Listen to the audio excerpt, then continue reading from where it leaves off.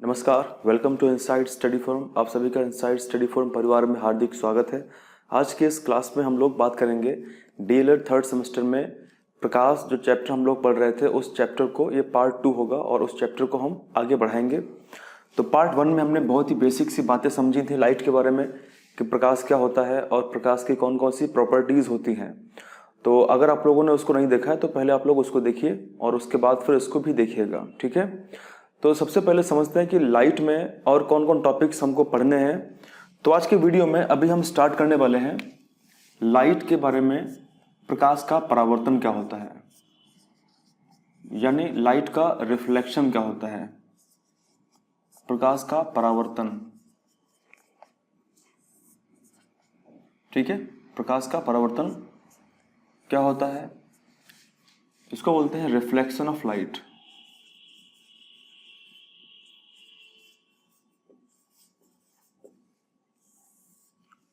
और इसको बहुत ही आसान तरीके से हम समझेंगे। देखिए, रिफ्लेक्शन का मतलब क्या होता है कि जब प्रकाश की किरणें किसी भी सतह पर पड़ती हैं, कोई भी सरफेस होगी, कोई सतह होगी, उस पर पड़ेंगी और पड़ने के बाद में क्या करेंगी, रिफ्लेक्ट करेंगी, यानी मुड़ जाएंगी। यहाँ पे एक चीज़ हमें ध्यान रखनी होती है। जैसे मान लीजिए प्रकाश की किरणें जिस माध्यम से आ रही हैं और किसी सरफेस के, मान लेते मार्कर है ये, ठीक है। लाइट की किरणें इस माध्यम से, यहाँ पे एयर मीडियम है, ठीक है, तो एयर मीडियम से आती हैं और पड़ने के बाद में वो इसी मीडियम में वापस लौट जाती हैं। तो प्रकाश की इस घटना को हम क्या बोलते हैं, प्रकाश का परावर्तन कहते हैं, ठीक है। अब यहाँ पे आप लोग ध्यान रखेंगे मीडियम एक होना चाहिए, ठीक है। दूसरी बात यह है इसमें कि जो एंगल बनेगा, यानी जो भी बीच में अविलंब होगा और जो एंगल बनेगा वो सेम होगा। तो इसको समझते हैं हम एक बहुत ही आसान तरीके से। मान लेते हैं एक कोई पॉलिश्ड सरफेस है, कोई पॉलिश की हुई सतह है और इस पॉलिश की हुई सरफेस पर प्रकाश की किरण आ रही है, ठीक है। और जो प्रकाश की किरण आती है इसको हम बोलते हैं आपतित किरण। आपतित किरण इसको हम कहते हैं क्योंकि ये सरफेस की ओर आ रही है, ठीक है। और जैसे ही ये सरफेस पे आएगी तुरंत क्या होगी, रिफ्लेक्ट होगी और इसको बोलेंगे परावर्तित किरण। परावर्तित किरण, क्योंकि ये परावर्तित हो रही है। और बीच में इसको सही तरीके से समझने के लिए बीच में हम एक अविलंब डाल लेते हैं।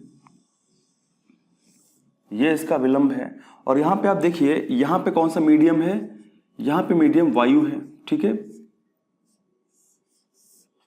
और यहां पर भी मीडियम कौन सा है, वायु है, यानी मीडियम दोनों जगह सेम है।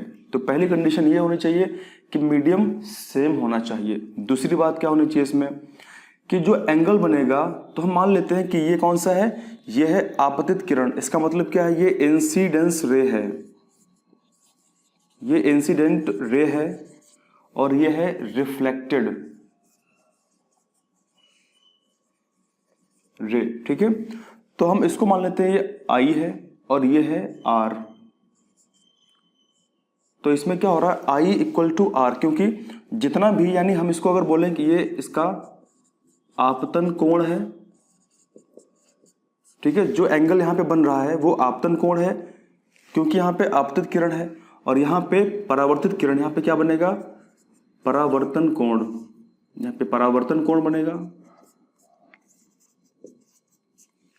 तो यहां पे कंडीशन क्या होनी चाहिए कि आपतन कोण, परावर्तन कोण दोनों बराबर होने चाहिए। तो हम इसको सिंप्लीफाई करके लिख सकते हैं कि angle i equal to angle r, यानी कोण आई बराबर कोण आर के है। और इसको हम इस तरीके से भी लिख सकते हैं समझने के लिए कि आपतन कोण बराबर परावर्तन कोण।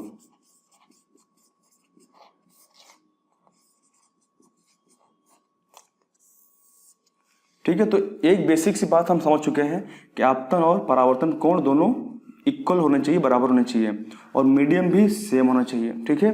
दूसरी बात यह है कि जो आपतित किरण है, ठीक है, जो आपतित किरण है और जो परावर्तित किरण है, और यहाँ पे आपतन बिंदु होता है। ये क्या है? आपतन, क्योंकि यहीं पे आकर के वो रिफ्लेक्ट होती है, यहीं पॉइंट पे आके वो परावर्तित होती है, तो इसको बोलेंगे आपतित, या इसको बोलेंगे आपतन कोण। ये आपतन कोण होता है, यानी इसको बोलेंगे पॉइंट ऑफ इंसिडेंस।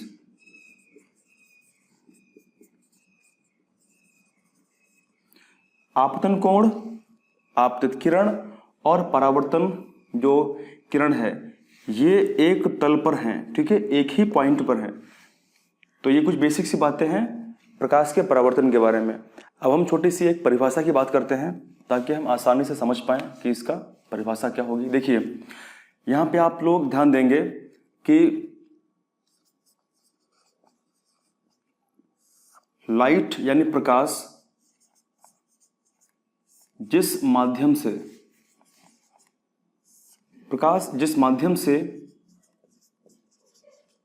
आता है, ठीक है, किसी सतह पर पड़ता है और उसी माध्यम में परावर्तित हो जाता है या लौट जाता है। उसी माध्यम में परावर्तित अथवा लौट जाता है,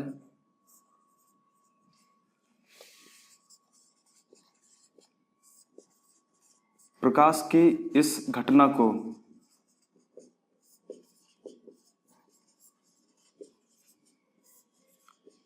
प्रकाश का परावर्तन कहा जाता है।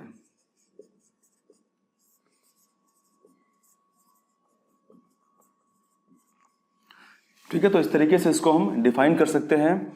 और अगर इसको समझें दोबारा फिर से, तो हम समझते हैं, देखिए लाइट यहां से आती है, ठीक है, ये कौन सा मीडियम है? ये कोई एक विरल माध्यम है, ठीक है, यहां से आती है और एक सरफेस पे पड़ती है, यानी प्रकाश जिस माध्यम से आता है, जिस माध्यम से प्रकाश की किरण आती है और किसी सरफेस पर, किसी सतह पर पड़ती है और उसी माध्यम में वापस लौट जाती है, तो इसी को बोलते हैं परावर्तन। ठीक है, अगर हम बात करें कि परावर्तन के कौन कौन से एप्लीकेशंस होंगे, यानी कहाँ कहाँ पे इसका हम इस्तेमाल करते हैं और खासकर हम रोजमर्रा की अपनी लाइफ में परावर्तन को किस तरीके से महसूस करते हैं, देखते हैं, तो सबसे पहला पॉइंट तो यही है कि परावर्तन की वजह से ही हम चीज़ों को देख पाते हैं। इसका मतलब कि जैसे प्रकाश, मान लीजिए कोई कमरा है और कमरे में अंधेरा है, प्रकाश नहीं जल रहा है, बल्ब बंद है या फिर मोमबत्ती नहीं जल रही है, ठीक है, और अचानक से लाइट जब हम ऑन करते हैं तो हमको सारी वस्तुएं दिखाई पड़ना शुरू हो जाती हैं। क्यों?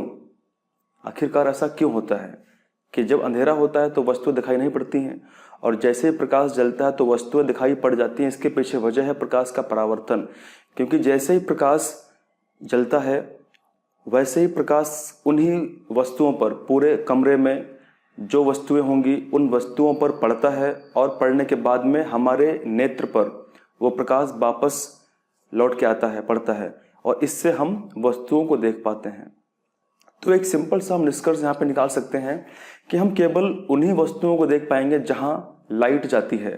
जैसे मान लीजिए अगर कोई एक ग्लास है, कोई ट्रांसपेरेंट, कोई पारदर्शी कांच है, ग्लास है, और हम पारदर्शी कांच के आर पार देख लेते हैं। जैसे मान लेते हैं कि हमारे घरों में जो खिड़की लगी होती है और उसमें कांच का इस्तेमाल होता है, हम कमरे में बैठ करके बाहर हम सब देख पाते हैं। क्यों देख पाते हैं? क्योंकि प्रकाश उस कांच को पार कर जाता है और जिस चीज़ को, यानी जहाँ तक प्रकाश पहुँचेगा हम सिर्फ वहीं तक देख पाएंगे। इसका सबसे अच्छा एग्जाम्पल क्या है? जैसे अगर हम कहीं अंधेरे कमरे में जाते हैं और हमारे पास टॉर्च होती है, तो जहाँ तक जिस डायरेक्शन में टॉर्च, यानी जो टॉर्च है, उसका प्रकाश पहुंचता है, हमें सिर्फ वही वस्तुएं दिखाई पड़ती हैं। तो इसका मतलब क्या है कि प्रकाश का परावर्तन होता है और हम वस्तुओं को देख पाते हैं। तो अगर इसके एग्जाम्पल की बात करें तो सिंपल सी बात है, जब दिन के समय, जब दिन होता है, सूर्य का प्रकाश जब आता है अर्थ पर, तो हमको पौधों की पत्तियां हरी दिखाई देती हैं। क्यों? क्योंकि सूर्य के प्रकाश में श्वेत, यानी सूर्य का प्रकाश श्वेत होता है, वाइट होता है, उसके अंदर सारे कलर होते हैं, उसके अंदर सारे सातों रंग होते हैं। कौन कौन से होंगे? सबसे नीचे अगर बात करें तो क्या होगा वायलेट होगा, ठीक है, फिर इंडिगो होगा, फिर ब्लू होगा।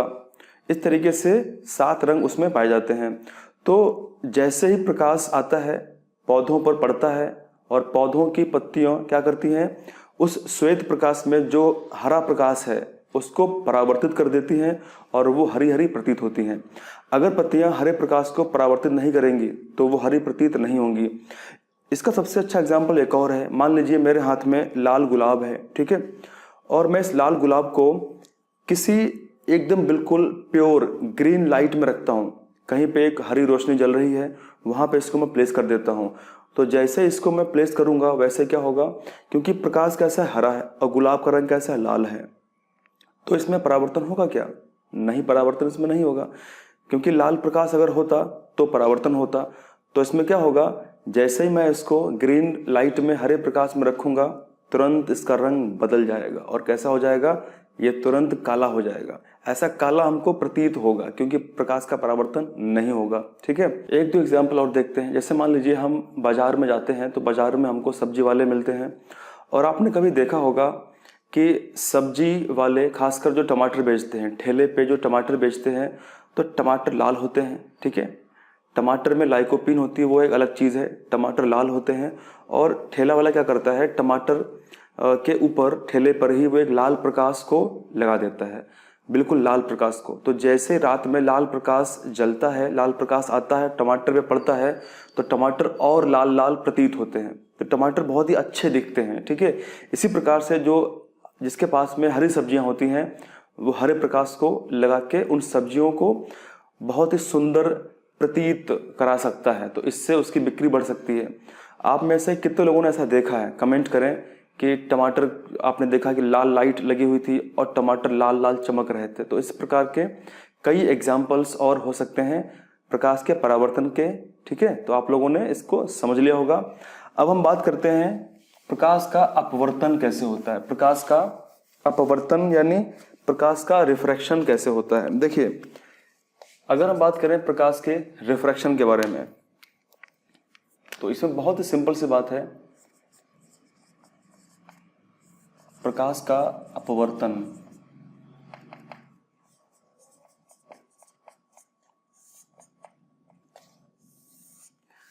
प्रकाश के अपवर्तन की अगर हम बात करें, जैसे ही प्रकाश किसी एक माध्यम से, मान लेते हैं कि मेरे हाथ में एक ग्लास है, ठीक है, या मेरे हाथ में एक पानी का कटोरा है। जैसे ही प्रकाश एयर से, अब यहाँ पे आप लोग ध्यान से सुनिएगा, जैसे ही प्रकाश एयर से, वायु कैसी होती है, सघन की विरल, वायु विरल होती है, ठीक है, क्योंकि कण बहुत दूर दूर होते हैं इसीलिए विरल होती है।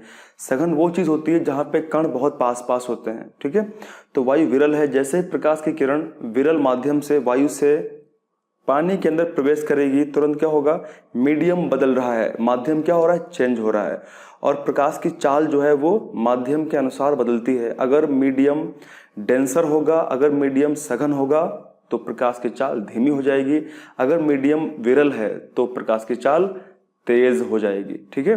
तो जैसे ही प्रकाश पानी में प्रवेश करेगा उसकी स्पीड कम हो जाएगी और क्या होगा, वो अपने रेखीय पथ से भटक जाएगा।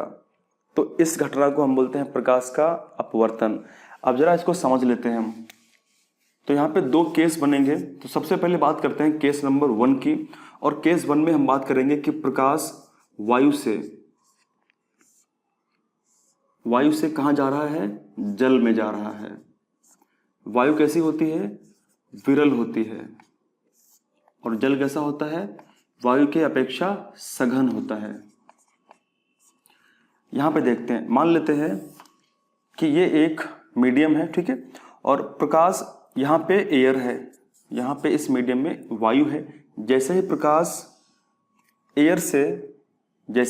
की किरण एयर से किसी मीडियम में प्रवेश करेगी, प्रकाश की किरण एयर से किसी मीडियम में प्रवेश करती है। यहां पे अभिलंब खींच लेते हैं, ठीक है। अब देखिए, प्रकाश का जो रेखीय पथ था वो ये था, यानी अगर प्रकाश मुड़ता नहीं तो अपने रेखीय पथ से आगे बढ़ जाता, ये उसका रेखीय पथ है, ठीक है, रेखीय पथ है। और ये प्रकाश की किरण है। प्रकाश किरण, जैसे ही प्रकाश की किरण एक माध्यम से, एक एयर मीडियम से दूसरे मीडियम में, यहाँ पे हम जल की बात करेंगे, जल में प्रवेश करती है तो अपने रेखीय पथ से भटक जाती है। अपने रेखीय पथ से रेखीय पथ पर ना चलकर वो अभिलंब की ओर मुड़ जाती है। ये अभिलंब है, अभिलंब की ओर मुड़ जाती है। प्रकाश की इसी घटना को हम बोलते हैं प्रकाश का अपवर्तन। ठीक है, अब यहाँ पे एक बात ध्यान रखेंगे, अगर मीडियम वायु है यानी प्रकाश वायु से चलकर जल में जा रहा है, यानी विरल माध्यम से सघन माध्यम में प्रवेश कर रहा है, तो अपने सीमा पर, यानी जो दूसरा मीडियम होगा उस दूसरे माध्यम की सीमा पर प्रकाश अपने रेखीय पथ से विचलित हो जाता है और अपने अभिलंब की ओर मुड़ जाएगा। तो इसी घटना को हम बोलेंगे प्रकाश का अपवर्तन। अब यहां पे आप एक बात ध्यान रखेंगे कि ये प्रकाश का आपतन कोण है। क्या है ये प्रकाश का आपतन कोण है। ठीक है, ये प्रकाश का इंसिडेंट एंगल है, और ये जो एंगल है ये कैसा है, ये प्रकाश का अपवर्तन कोण है। तो आप लोग बताइए कि इस कंडीशन में क्या बड़ा है, आपतन कोण बड़ा है किससे, अपवर्तन कोण से। ठीक है, यानी एंगल ऑफ इंसिडेंस बड़ा है, ग्रेटर है किससे, एंगल ऑफ रिफ्रैक्शन से, इस केस में खासकर। ठीक है, तो ये छोटा होगा। तो दूसरा अगर केस की हम बात करें कि दूसरे केस में किस तरीके से हम समझ पाएंगे आसानी से, यहां पे हम मीडियम को बदल देते हैं। यहां पे हम मीडियम रखते हैं जल से, प्रकाश जल से वायु में प्रवेश करता है। जल कैसा होता है, सघन, और वायु कैसी होती है, विरल होती है। तो यहां पे देखते हैं किस तरीके से क्या घटना घटित होगी। जब प्रकाश एक माध्यम से, और यहां पे कौन सा मीडियम है, जल मीडियम है, सघन माध्यम है। जब प्रकाश जल यानी सघन माध्यम से किसी विरल माध्यम में प्रवेश, यहां पे वायु है और यहां पे कैसा मीडियम है, विरल मीडियम है। ठीक है, जैसे ही प्रवेश करेगा तो तुरंत क्या होगा, दूसरे माध्यम की सीमा पर, इसका रेखीय पथ तो ये था, रेखीय पथ पे जाता पर जाएगा नहीं, क्या करेगा, अपने रेखीय पथ से विचलित हो जाएगा और अभिलंब से दूर चला जाएगा। अब यहाँ पे आप देखिए, यहाँ पे जो अपवर्तन कोण है वो ज्यादा है किससे, आपतन कोण से। ये एंगल ऑफ इंसिडेंस है, आपतन कोण है, और ये अपवर्तन कोण है, ये ज्यादा है। ठीक है, ये कब ज्यादा होगा, जब प्रकाश जल माध्यम से वायु माध्यम में प्रवेश करेगा। तो इस तरीके से हम समझ सकते हैं दो केस में पूरे के पूरे प्रकाश के अपवर्तन को। अगर हम इसको व्यक्त करें एक छोटी सी परिभाषा से, तो हम बिल्कुल आसानी से बोल सकते हैं कि जब प्रकाश की किरण किसी एक माध्यम से किसी दूसरे माध्यम में प्रवेश करती है तो दूसरे माध्यम की सीमा पर अपने रेखीय पथ से विचलित हो जाती है, और प्रकाश की इस घटना को प्रकाश का अपवर्तन कहते हैं, प्रकाश का रिफ्रैक्शन कहते हैं। तो आप लोग चाहो तो पीछे इसको एक बार रिवाइंड करके इस परिभाषा को आप लोग लिख सकते हैं कॉपी पे अपनी। ठीक है, मैं फिर से बोलता हूं, मैंने क्या बोला, जब प्रकाश की किरण किसी एक माध्यम से किसी दूसरे माध्यम में प्रवेश करती है तो दूसरे माध्यम की सीमा पर अपने रेखीय पथ से विचलित हो जाती है। प्रकाश की इसी घटना को प्रकाश का अपवर्तन कहते हैं। ठीक है, अब बात करते हैं इसके कुछ उदाहरण के बारे में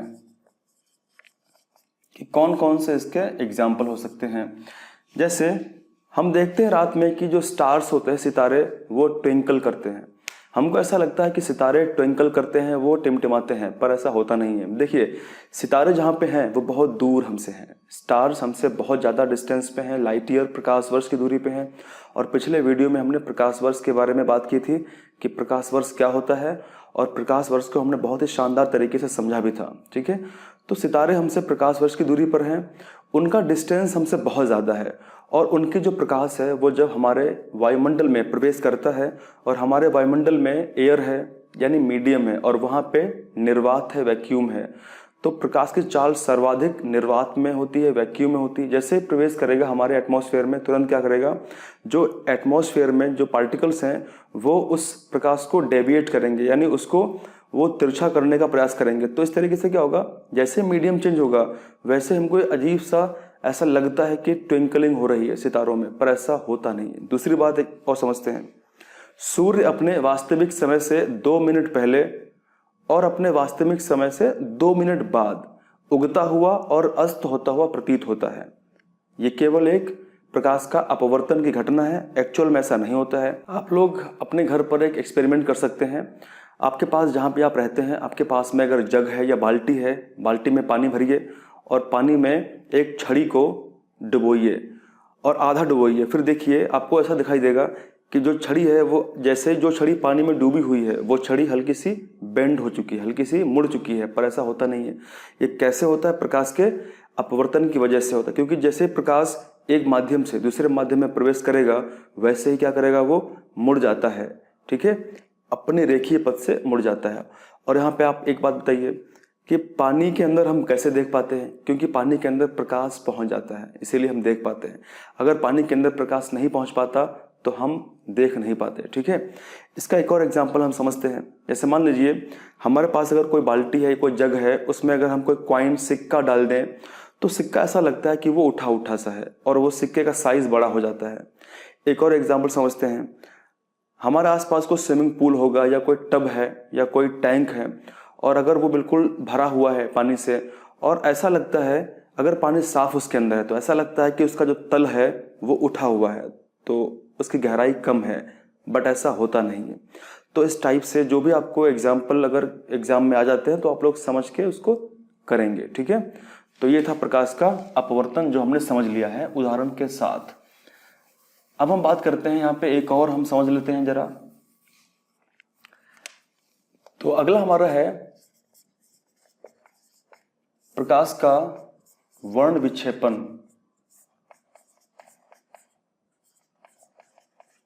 प्रकाश का वर्ण विक्षेपण के बारे में समझते हैं। इसको बोलते हैं डिस्पर्जन ऑफ लाइट।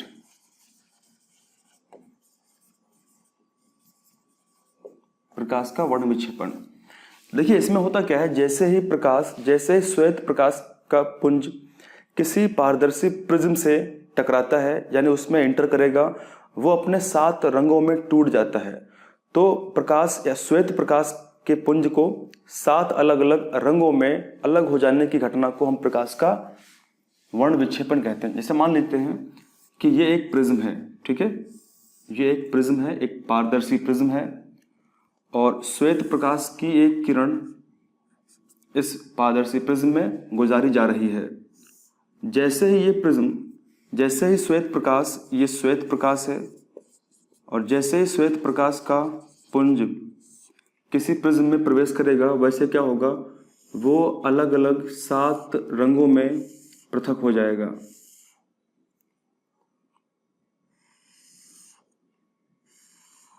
ठीक है,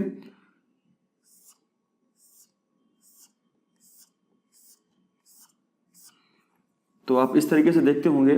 और यहां पे बनता क्या, यहां पे बनता है विबग्योर, यानी VIBGYO और R। तो थोड़ा इसको मैं बड़ा करके लिख देता हूं। विबग्योर बन जाता है, ये प्रकाश का वर्ण विक्षेपण होता है। ये है R, इसका मतलब होता है रेड। ठीक है, और ये है O का मतलब होता है ऑरेंज, नारंगी। Y का मतलब होता है येलो, पीला, और ग्रीन, G का मतलब होता है ग्रीन, हरा, और B है ब्लू। ठीक है, और I का मतलब होता है इंडिगो, बैगनी, और V का मतलब होता है वायलेट। ठीक है, तो ये हमको प्राप्त होता है। और यही इसका एग्जाम्पल अगर समझें कि प्रकाश के वर्ण विक्षेपण का उदाहरण क्या होगा, तो यहां पे उदाहरण होता है इंद्रधनुष, यानी रेनबो होता है। ठीक है, और हम सभी जानते हैं कि जब प्रकाश एटमॉस्फेयर में आता है और बारिश जब होती है, तो बारिश, जैसे ही बारिश हो रही है और अचानक से बारिश बंद हो जाती है और प्रकाश आ जाता है, यानी धूप निकल आती है, तो उस केस में क्या होता है, वायु में जल की छोटी छोटी बूंदें सस्पेंडेड रहती हैं, निलंबित रहती हैं, और जैसे ही प्रकाश धूप निकलती है तो प्रकाश की किरणें उन छोटी छोटी पानी की बूंदों में प्रवेश करता है, और फिर प्रवेश करने से तुरंत बाहर निकलता है, यानी टोटल इंटरनल रिफ्लेक्शन हो जाता है, प्रकाश का पूर्ण आंतरिक परावर्तन होता है और इस वजह से हमको वहाँ पे एक अजीब सा स्ट्रक्चर दिखता है, ऐसा लगता है कि 7 रंग हैं, उसी को हम बोलते हैं रेनबो। ठीक है, तो ये कैसे होता है, प्रकाश का 7 रंगों में अलग हो जाना, इसी को हम बोलते हैं वर्ण विक्षेपण। तो इसको सिंपली अगर हम लिखना चाहें परिभाषा में तो हम बोल सकते हैं कि जब श्वेत प्रकाश पुंज किसी पारदर्शी प्रिज्म से गुजरता है तो वह अपने 7 रंगों में पृथक हो जाता है। प्रकाश की इस घटना को हम प्रकाश का वर्ण विक्षेपण कहते हैं। ठीक है, और इसका उदाहरण क्या है, रेनबो है। अगर यहाँ पे हम एक और बात करें कि कौन कौन से प्राथमिक रंग होते हैं, कौन कौन से प्राथमिक रंग होते हैं। देखिए, प्राथमिक रंग वो रंग होते हैं कि जिनसे हम कई अलग अलग रंगों को प्राप्त कर सकते हैं, उनको हम बोलते हैं प्राथमिक रंग। तो यहाँ पे लाल होता है, ठीक है, हरा होता है और नीला होता है। तो आप लोग ध्यान रखेंगे, अगर आपसे क्वेश्चन पूछता है कि प्राथमिक रंग कौन कौन से होंगे, तो लाल होगा, हरा होगा और नीला होगा। इनको हम जब मिलाएंगे तो हमको कई ढेर सारे रंग प्राप्त होंगे, कई रंग हम प्राप्त कर सकते हैं। तो हमने समझ लिया प्रकाश का वर्ण विक्षेपण क्या होता है, और आई होप कि आप लोग समझ चुके होंगे कि प्रकाश का वर्ण विक्षेपण आखिरकार होता क्या है। अब इसके बाद हम बात करने वाले हैं टोटल इंटरनल रिफ्लेक्शन के बारे में, यानी प्रकाश का पूर्ण आंतरिक परावर्तन, और जिसको इंग्लिश में हम बोलते हैं टोटल इंटरनल रिफ्लेक्शन। अब यहां पे आप लोग केवल एक बात को ध्यान देंगे, ठीक है, जो एग्जाम में आपको अगर क्वेश्चन आएगा तो आप वहां पे लिख के आएंगे। एक बात ध्यान देंगे कि जब प्रकाश किसी सघन माध्यम से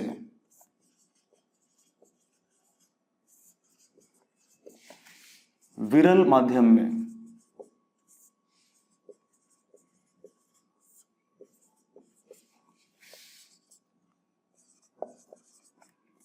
प्रवेश करता है, ठीक है, यहां पे आप ध्यान रखेंगे कि जब प्रकाश किसी सघन माध्यम से किसी विरल माध्यम में प्रवेश करता है तब प्रकाश का पूर्ण आंतरिक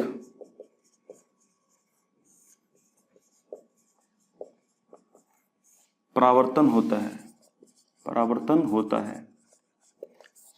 यहां पे आपको जो ध्यान देने वाली बात है वो ये है कि प्रकाश किस माध्यम से प्रवेश कर रहा है, प्रकाश किसी सघन माध्यम से प्रवेश करता है, और कहां करता है, किसी विरल माध्यम में प्रवेश करता है।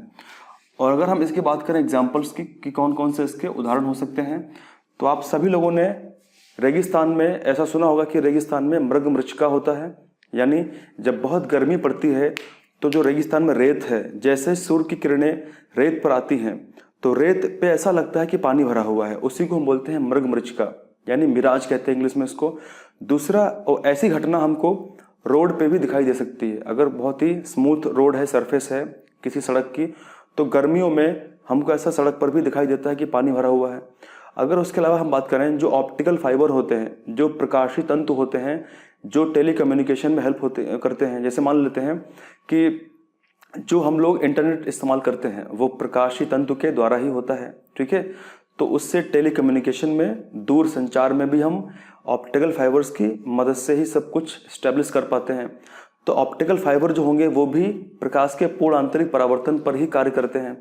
उसके अलावा हीरा की जो चमक होती है, इतनी शानदार चमक कैसे होती है, क्योंकि वो प्रकाश को पूर्णतः, प्रकाश का पूर्ण आंतरिक परावर्तन कर देता है, इसलिए वो ज्यादा चमकता है। तो ये कुछ एग्जाम्पल्स हैं, ठीक है। एक और हम समझ लेते हैं, जैसे मान लेते हैं कि जब भी जो बुलबुले होते हैं और बुलबुले पे जब प्रकाश पड़ता है तो बहुत ज्यादा चमकते हैं, तो वो भी एक एग्जाम्पल हो सकता है प्रकाश के पूर्ण आंतरिक परावर्तन का, ठीक है। तो अब हम इसके बाद बात करने वाले हैं लेंस के बारे में, और वहां पे हम समझेंगे कि कौन कौन से लेंस अभिसारी होते हैं, कौन कौन से लेंस अपसारी होते हैं, ठीक है। लेंस की अगर हम बात करें, लेंस 2 प्रकार के होंगे मुख्य रूप से, कौन कौन से होंगे, एक होगा अवतल ठीक है। अवतल लेंस, दूसरा होता है उत्तल लेंस। अवतल को हम कॉनकेव बोलते हैं, कॉनकेव लेंस, और उत्तल को हम कॉन्वेक्स लेंस बोलते हैं, ठीक है, कॉन्वेक्स लेंस बोलते हैं। तो आप सभी ने देखा होगा कि अगर आपको कुछ इस तरीके से कोई लेंस दिखाई देता है, इस तरीके से, ये कैसा लेंस है, ये है कॉनकेव अवतल। और अगर आपको कुछ इस तरीके से लेंस दिखाई देता है तो ये कैसा लेंस है, ये है उत्तल। अब यहाँ पे आप देख रहे होंगे कि इसके बीच का जो भाग है, ठीक है, इसके बीच का जो पार्ट है वो कैसा है, इसके बीच का पार्ट कैसा है, वो पतला है। और इसके जो किनारे हैं, ये किनारे ये कैसे हैं, इसके किनारे उभरे हुए हैं या फिर मोटे हैं, ये उभरे हुए हैं, ठीक है। तो अगर कोई ऐसा लेंस है कि जिसको छूने पर हम स्पर्श जब करेंगे तो वहां पे बीच का जो पार्ट है वो पतला है और किनारे उसके मोटे हो जाएंगे, तो ऐसा लेंस को हम बोलते हैं अवतल लेंस, ठीक है। बिल्कुल उल्टा कहानी होगी यहाँ पे, यानी यहाँ पे ऐसा लेंस जिसके बीच का जो पार्ट है, जो इसका सेंटर का पार्ट है, मिडिल का पार्ट है, वो कैसा है, वो मोटा होता है या उभरा होता है, ठीक है, मोटा या फिर उभरा होता है। और इसके किनारे जो होंगे वो पतले होते हैं। तो इस प्रकार के लेंस को हम बोलते हैं उत्तल लेंस। अब यहाँ पे हम बात करते हैं कि किस तरीके से इमेज बनेगी। देखिए, जो प्रतिबिंब प्राप्त होता है अवतल लेंस से, ठीक है, जो प्रतिबिंब प्राप्त होता है अवतल लेंस से, वो कैसा होता है, वो आभासी होता है, वो आभासी प्रतिबिंब होता है। तो आप ध्यान रखेंगे, जो प्रतिबिंब प्राप्त होगा अवतल लेंस से वो आभासी होता है, और कैसा होगा, आभासी एवं सीधा होता है, ठीक है। और जो प्रतिबिंब प्राप्त होगा उत्तल लेंस से वो वास्तविक होगा, वास्तविक होगा एवं उल्टा होता है। तो आप ध्यान रखेंगे, अगर कोई प्रतिबिंब उल्टा है तो वो जाहिर सी बात है वास्तविक होगा, और जो प्रतिबिंब आभासी है वो सीधा होता है। तो उत्तल लेंस से जो प्रतिबिंब प्राप्त होता है, इमेज प्राप्त होती है, वो कैसी होती है, वास्तविक होती है। और जो अवतल लेंस से इमेज प्राप्त होता है वो आभासी होता है।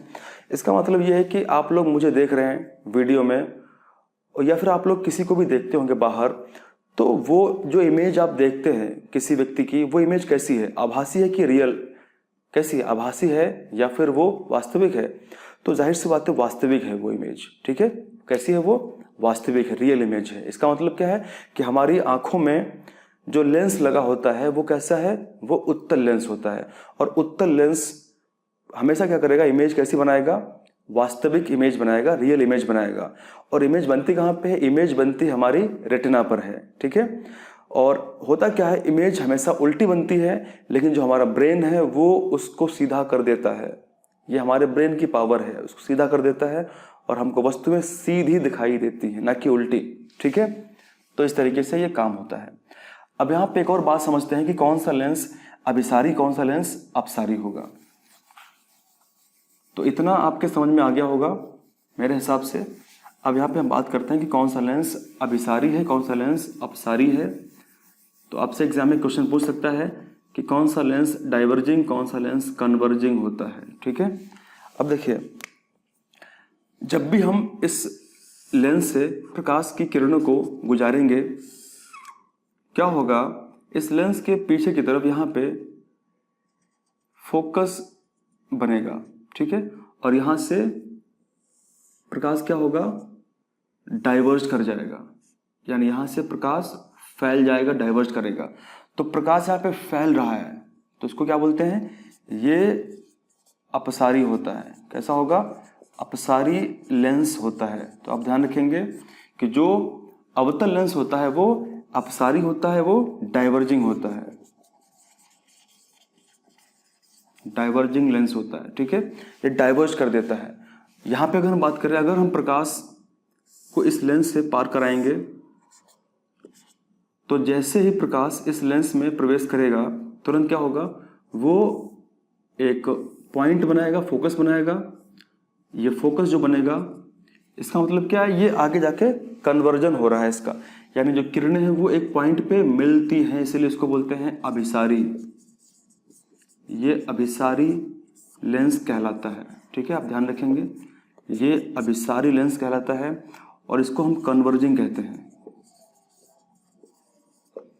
जो यहाँ पे हम केस पढ़ रहे हैं, बिल्कुल ये उल्टा केस कहाँ पे होगा? दर्पण में होगा। यानी अगर हम जब पढ़ेंगे अवतल दर्पण के बारे में, तो यहाँ पे हमने लिखा हुआ है कि ये अपसारी है क्योंकि लेंस है ये। अगर यहाँ पे अवतल दर्पण होता तो यहाँ पे अभिसारी होता, क्योंकि वो कन्वर्ज कर देता है। ठीक है, आगे जब पढ़ेंगे उसके बारे में तो हम विस्तार से बात करेंगे। अब थोड़ी बात करते हैं कि इनका उपयोग कहाँ पे होता है। देखिए, इनका उपयोग हमेशा वहाँ पे होगा जहाँ पे हमको थोड़ा, सबसे पहले बात करते हैं हम अवतल लेंस के बारे में कि इसका उपयोग कहाँ पे होगा।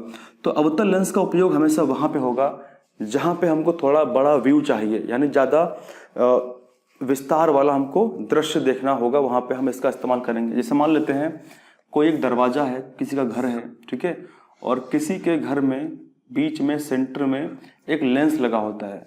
तो अगर कोई आके इसके ऊपर नॉक करेगा तो खोलने से पहले इंसान चेक करता है कि कौन खड़ा हुआ है, तो उसमें लेंस में वो ऐसे चेक करता देखता है तो उसको पूरा एक व्यू, बड़ा व्यू दिखाई देता है उसके बाहर। ठीक है, तो उससे जान जाता है वो कि कौन कौन बाहर खड़ा हुआ है। इसको हम बोलते हैं डोर आई। ठीक है, ये डोर आई है, यानी दरवाजे में लगा एक लेंस है।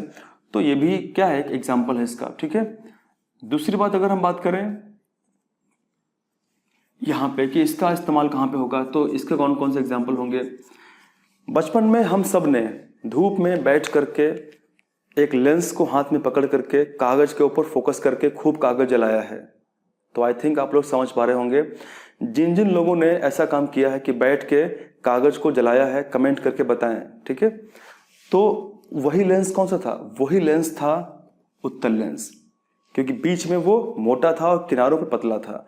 वो करता क्या था, जैसे ही हम उसको एक डिस्टेंस पे सेट करते थे, वैसे ही सूर्य की जो भी किरणें थी वो एक पॉइंट पे आके मिलती थी और उसी पॉइंट पे सारी गर्मी, क्योंकि ऐसे तो हीट पूरी वितरित होगी, वहाँ पे क्या होता है, एक पॉइंट पे आके मिलती हैं, तो इसलिए उसी पॉइंट को हम बोलते हैं कन्वर्जिंग पॉइंट, और वहाँ पे ज़्यादा हीट होती है और आग जल जाती है, तो उसको आग जलाने वाला लेंस भी हम कह सकते हैं। दूसरी अगर बात करें कि इस्तेमाल कहाँ पे होता है, तो एक और हम काम करते थे, हम हमारी जो नोटबुक होती थी, कॉपी या किताब, उस पर हम उसको पास ले आते थे तो हमको उसके अक्षर जो होते थे बड़े बड़े दिखते थे। इसका मतलब मैग्नीफाइंग आवर्धक के रूप में इसका इस्तेमाल हम कर सकते हैं। उसके अलावा जो कैमरा होता है, यानी जिस कैमरे से मैं शूट कर रहा हूँ वीडियो, उस कैमरे में कौन सा लेंस लगा हुआ है, उस कैमरे में भी यही लेंस लगा हुआ है, अब उत्तल लेंस लगा हुआ है। उसके अलावा अगर बात करें हमारे आंखों में भी कौन सा लेंस है, उत्तल लेंस है।